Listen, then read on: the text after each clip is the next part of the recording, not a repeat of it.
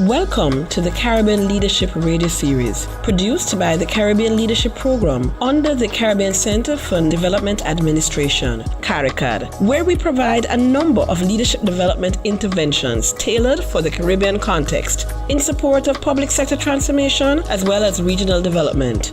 In this Caribbean Leadership Radio Series, we will be discussing a range of leadership issues within the public sector context which impact our national and regional development in the Caribbean. The Caribbean Leadership Radio Series, where Caribbean leaders discuss Caribbean leadership. Here's your host, Dr. Lloyd Parks. Today's topic is looking at the use of action learning in the Caribbean context. We are very honored to have today as our guest, Mr. Verieux Mourillon, who hails from the nature isle of Dominica. Mr. Mourillon, and as we affectionately call him, VOW, he is a Charter Fellow of the Chartered Institute of Personnel and Development and a global professional in human resources. He is the current head of World International Action Learning, the Caribbean chapter, which is committed to promoting action learning as a highly effective process for the empowerment of people in organizations, communities, leadership development, and problem solving. And he has been using action learning to develop public sector leaders in the Caribbean within our Caribbean Leadership Project. And we can look out for his book, Revitalizing the Caribbean with Action Learning, which will be available later this year. So, Mr. Mourillon, or shall I call you Val, as you are affectionately called? Thanks, Lloyd. Of course you can call me Val. That's the only name most people know me as, so thanks. Share with us a little bit about your personal journey into the field of leadership development and how you got into action learning in particular. From school, I was always looking for positions on the student council and, editing the newspaper and so on. And then after leaving school, I joined the JCs of Dominica. And that's where I got the first grounding into leadership development, because as you know, it is designed for developing leadership. We do community projects, but as a means of developing leadership ability. Following that, I went into the NGO movement, and there, with a lot of preparation in terms of adult education, adult development, that's when it came to me that one of the big things we could do if we want to move our countries ahead is leadership development. So I continue along that line. And then I met Professor Michael Marquardt, who is known as the father of the current brand of action learning practiced by the World Institute for Action Learning. I met him at George Washington University. And I was fascinated by the process of action learning because for the first time I saw a method that regarded all humans with equal value coming to a table to solve problems. And it built mutual respect. You got breakthrough problem solving solutions. It also insists that you take action. So it wasn't one of the talk shop things where you kept talking. And in the Caribbean, we have been accused of that. People are saying that we've solved all our problems because we've researched everything.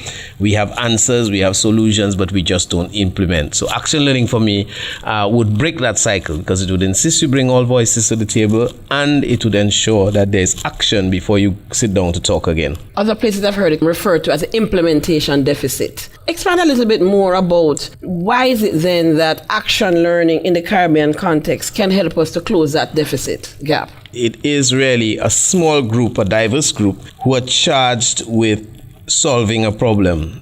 And as they solve that problem, they're also learning, they're tracking their learning, and they're taking action. So we say action learning, you're actually acting your way into learning. So let's suppose we have our first session on the problem and people propose certain actions. They must now go and carry out those actions before they come to the next session. I get the impression that sometimes at the regional level, we sit down and we come up with some bright ideas, and then we just meet on schedule the next time without anyone having had the obligation to take action. With action learning, it is absolutely important because at the very next sitting, the first question will be, what actions did you take and what did you learn from that? So I believe if we make that part of our way of being, we will be more focused on taking action and not just the fancy talk. Yeah. Based on your own experience, both across the region, particularly in the Caribbean leadership development programs, what has been the impact of action learning on leadership development in our Caribbean context? One of the things, the kind of feedback we get from the people who we've involved in action learning across the region is that it sharpens their listening skills, because the way action learning works is that you can't make a statement in an action learning sitting unless you're asking a question or answering a question. And for you to be able to answer people's questions, you have to really pay attention and listen, regardless of the rank of the person who has the question. So it limits the extra talk that we usually get involved in our usual other kinds of processes, and it makes you stay focused on the problem that you're dealing with. So listening is one of the things that came to bear. The other major finding is that I guess we knew this already, but with our first steps into action learning, we found that we somehow disregard people who we consider not at the right level, either in terms of the hierarchy of the organization or the right academic level. So we stop listening to the solutions that they bring. And that is a major weakness in the way we carry out our leadership, because that is one way to get winning solutions, to make sure all voices come to the table, because you have no control over where that winning solution comes from. So listening, bringing all voices to the table. The third finding is, and that involves a little bit of bringing voices to the table as well, stakeholder management. In many of our action learning projects within the CLP, we found that people got a new awareness of how they had to reach out to stakeholders and how important it was to connect with the stakeholders, understand the stakeholders, develop that stakeholder relationship to make sure that what they are providing meets the specifications of the users or the beneficiaries. We're going to take a short break, but we are not finished. We need to expand that point a little bit more. The Caribbean Leadership Radio Series, where Caribbean leaders discuss Caribbean leadership. Across Caribbean public services, there is great demand for transformational leadership to create an environment that fosters innovation in public service delivery. But how do you know if your organization has this enabling environment? Grounded in research, the Caribbean Leadership Project has developed an enabling environment assessment. This provides a wide range of strategies and actions to help take public sector organizations and regional institutions to a higher level in enabling transformational leaders. To find out how you can use this assessment to foster and inspire purpose-driven leadership, to build leadership capacity for action, encourage collaboration, and support the achievement of results, visit us at www.clptoolkit.org and contact us at info@caribbeanleadership.org. Let us help your organization learn, network, succeed.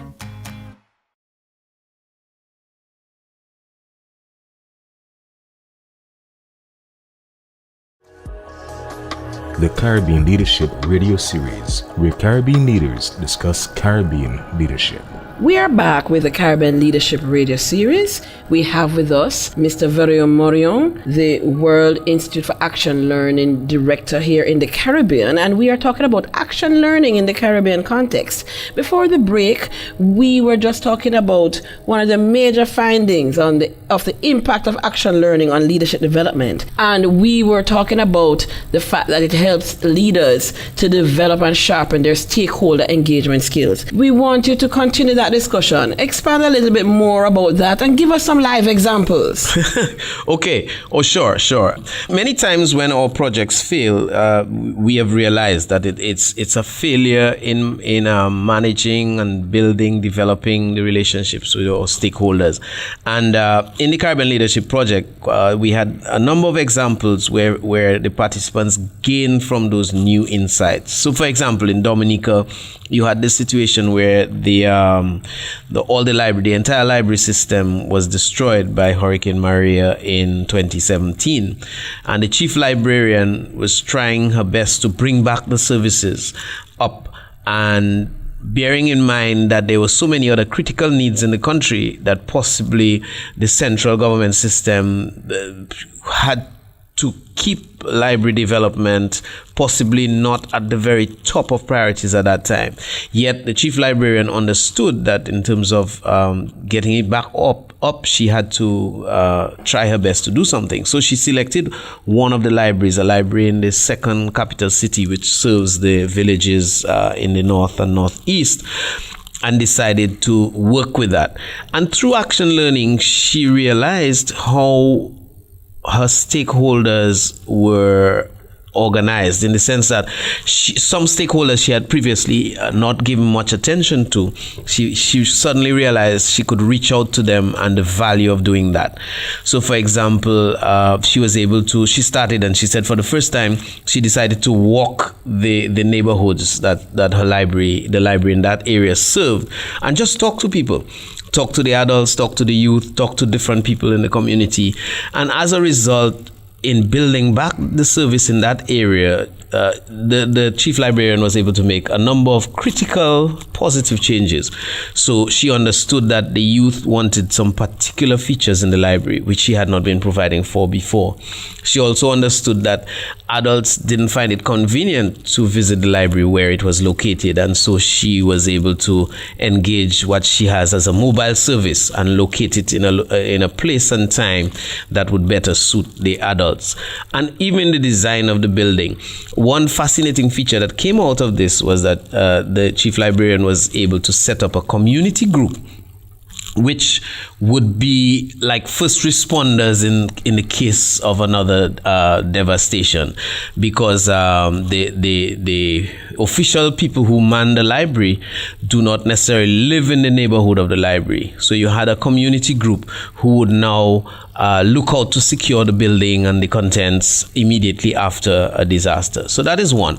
In St. Lucia, we had a case where the workshop in Dennery, which is run from a particular ministry of government, the government decided that for cost effectiveness, they would now make that workshop serve the entire public service. So all public service vehicles would be managed there. All things related to vehicles owned by the government would be managed from that workshop. Now that required serious upgrading, and at the time there were concerns by the unions. The unions had problems with the work conditions, and also you had some workers who had some issues. Now the individual who was charged with that responsibility at first didn't see the stakeholder implications, but after the action learning group, he was able to then categorize his different stakeholders and approach them in different ways. For example, he had never given thought to the fact that women visiting the facility had slightly different needs to the men who use the facility, and it took a while for him to get that through the action learning group. So, for example, he then, once he understood that, he understood a need to improve the washroom facilities, improve some of the aesthetics, and that followed right on to his need to make the place accessible to people with physical or mobility issues.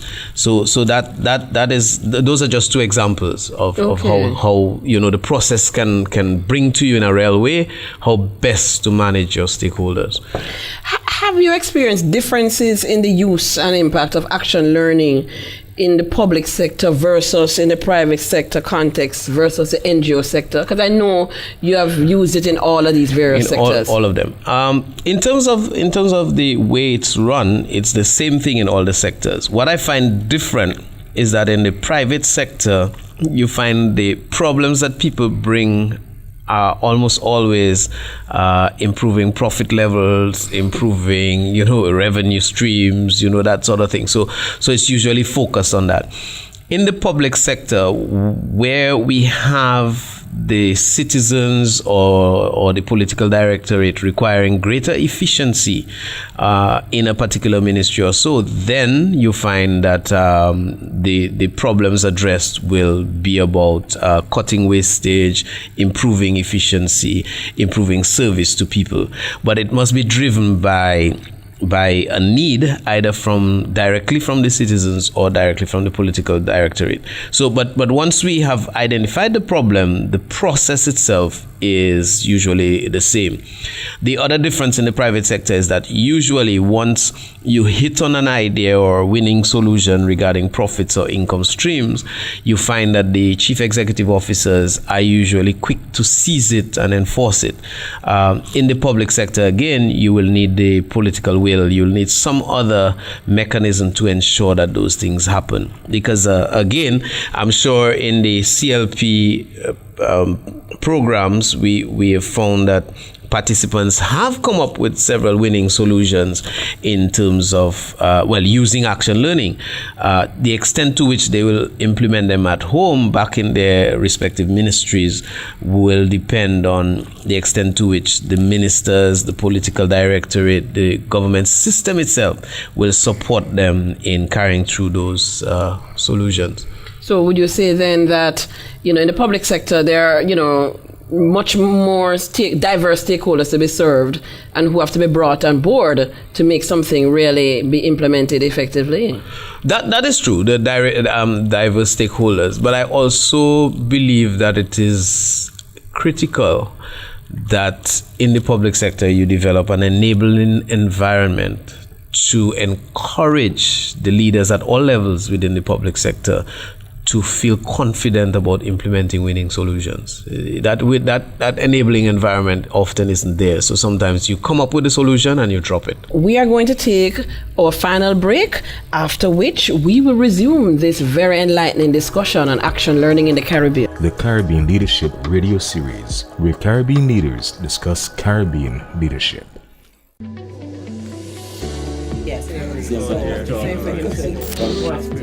Does your organization have leaders with the self-awareness and confidence to lead effectively? Can they develop high-performing teams? Can they work effectively with multiple stakeholders? And are they equipped to navigate change and complexity? For these and other leadership challenges, the Caribbean Leadership Program offers a suite of virtual, face-to-face, and customized interventions to meet your needs. Our 5-day workshop on leading change and transition will provide senior executives with the mindset shift and tools to successfully lead change initiatives. Our transformational leadership development program is ideal for preparing high-potential leaders for succession to executive roles. And our mid-level leadership development program is perfect for those leading from the middle. For details on these and other offerings, visit our website at www.caribbeanleadership.org. Join us to learn, network, succeed.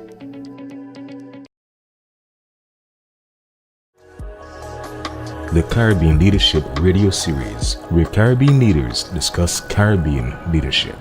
Welcome back to the Caribbean Leadership Radio Series. We have with us Mr. Verieux Mourillon, and we are discussing action learning in the Caribbean context and how it can impact leadership development. I recall you sharing with me at another time that you have used action learning to create a very positive impact on youth inclusion and increasing youth employment opportunities.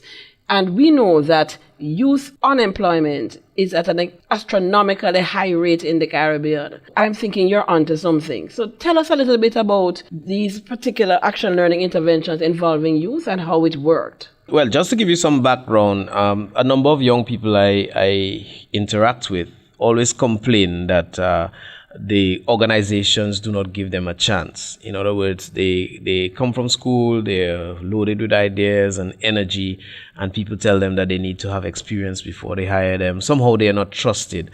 And I also hear from the other side, I hear from the senior people in organizations that the generations coming out of school now, they can't work, they don't have, what it takes to, to do what they're really looking for. So I tried a few experiments with action learning. So on 4 different occasions, what I did was to just bring in a random young person, a new graduate or a very young person, usually anywhere between the age of 19 to 25, 26.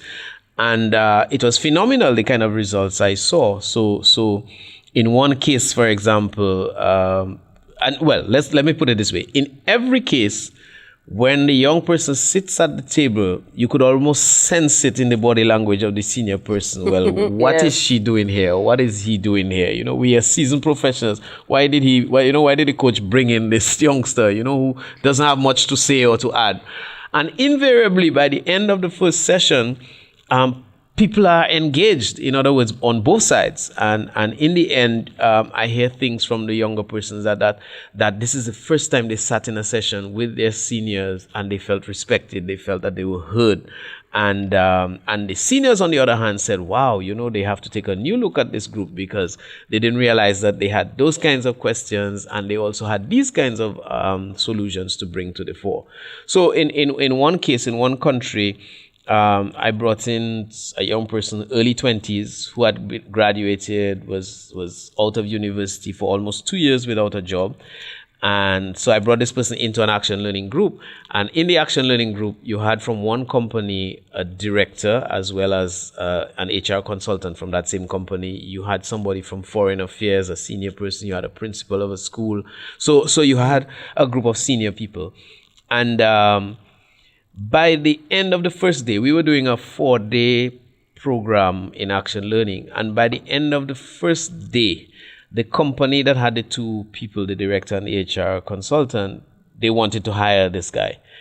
And and I asked, well, why? And what they said was that they were able to get more from the action learning interaction about this person's character, their way of thinking, their insightfulness, what they could bring to the table. They got more from the action learning process than they could get from any kind of interview that they had held. Wow. Because in the action learning process, he had to ask insightful questions, he had to respond to questions, he had to also practice some coaching.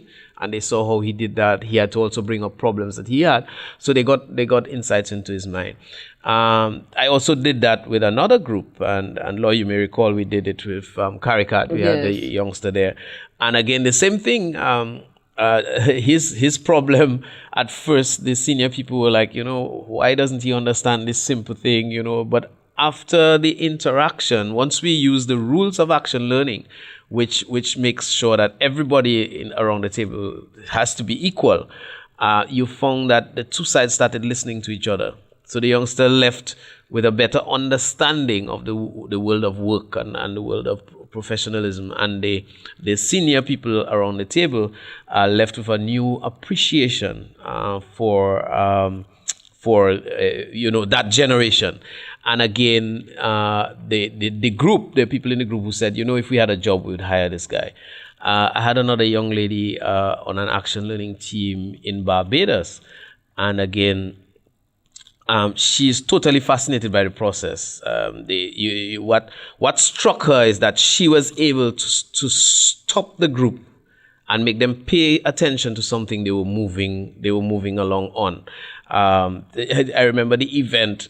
We had got to a stage where a situation came up, and the group was moving along, and because she knew, she said in the normal setting, she would dare not question a permanent secretary about what they did and why they did it and so on. But because the rules of action learning allowed her to, what she did, when they were going to move along, she said, do we all agree that this matter has been resolved? It was a conflict situation within the group. And because of the way action learning worked, she was able to go around the table and ask everyone around the table the extent to which they thought, the problem had been resolved. And it turned out that no one in the group was satisfied that this problem had been resolved, and therefore it was opened again, and the group was able to move to a better place. Yeah. What recommendations do you have as it relates to action learning and how you think it can be implemented or ought to be implemented to help to foster not only leadership development but problem solving for our organizations dealing with problems at the national and regional level? My first thing, and I know the education people always complain that we always want to load things in the school, but it's not the what, it's really the how. So I believe that students from as early as secondary school should be encouraged to use action learning because they could come up with winning solutions for the community, for the school, for the country, and if they get into that mode, it would augur well for how they contribute to society going forward. Oh, yes. I believe organizations should use it if an organization, if you're having 2 team meetings per month, make one of them an action learning meeting where people are equal and they can bring issues to the table. I believe governments can bring people from different sectors with outside expertise around an action table and use the process to come up with winning solutions. I believe across countries as well in the region, you could do that. One of the ways I found it easy to work with was in situations where you had mergers. So I had three organizations where you merged 2 or 3 different organizations. In one case, there was at least 4 of them being merged, each coming with a different culture, different legacy culture. And I found by using people from the different legacy institutions in an action learning group, they develop greater respect for each other and a greater understanding and appreciation. So I think in merging cultures, as you merge, action learning could be a powerful tool for that. Mr. Mourillon, Val, thank you so much. This has truly been an enlightening discussion. You've been listening to the Caribbean Leadership Radio Series. Please check with this station for other episodes in our series. To learn more about the Caribbean Leadership Program, please visit our website at www.caribbeanleadership.org. Thanks for joining us.